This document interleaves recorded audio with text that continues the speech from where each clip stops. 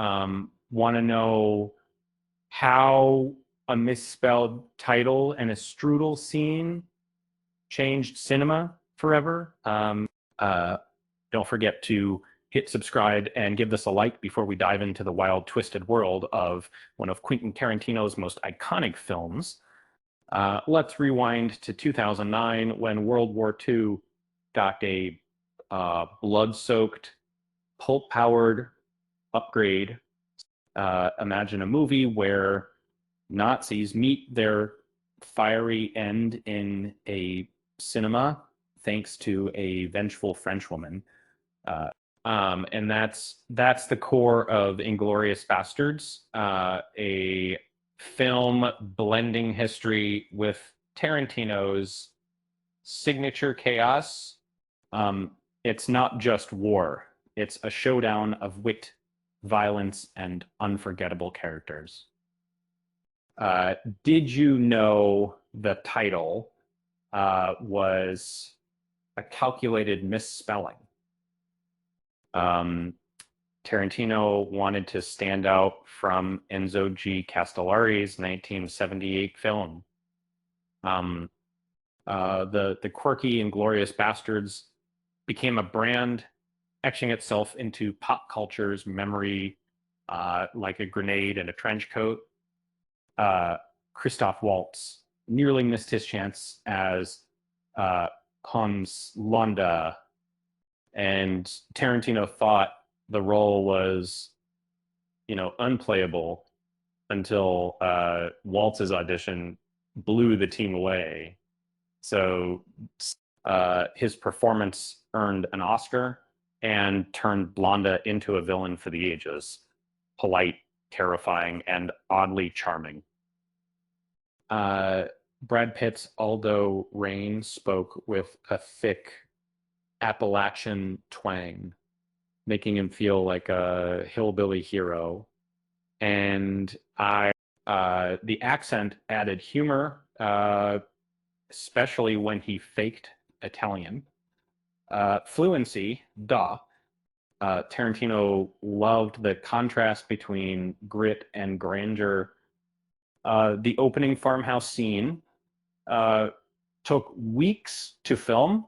Tarantino stretched tension like Tappy, using long takes, and Landis chilling dialogue to create one of cinema's most nerve-wracking openings.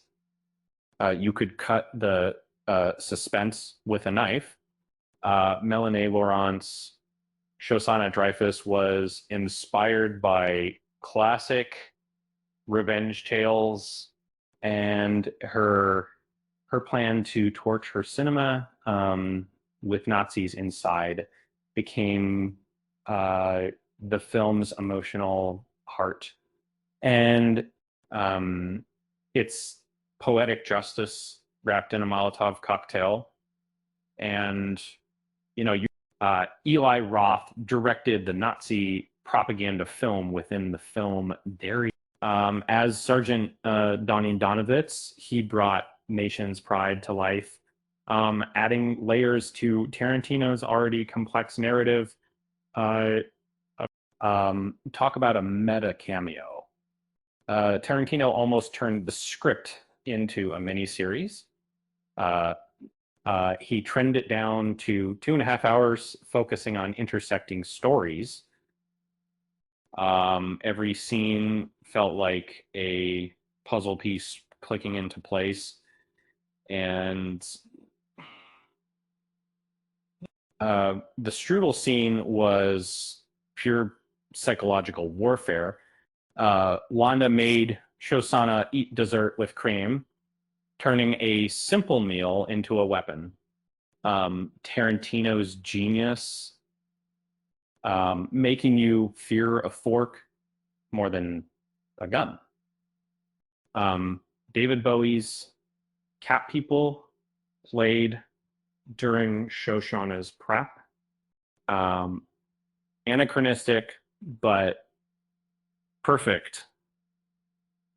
Tarantino used modern music to punch up emotion. Proven rules are made to be broken.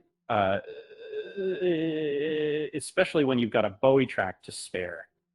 The film's ending rewrote history. Hitler and Nazi leaders died in a cinema explosion. Tarantino's alternate timeline shocked fans, proving he'd rather blow up timelines than follow them. Just don't try this at home unless you've got a strudel recipe. With that said, thanks for watching, and until next time, I'll see you next time.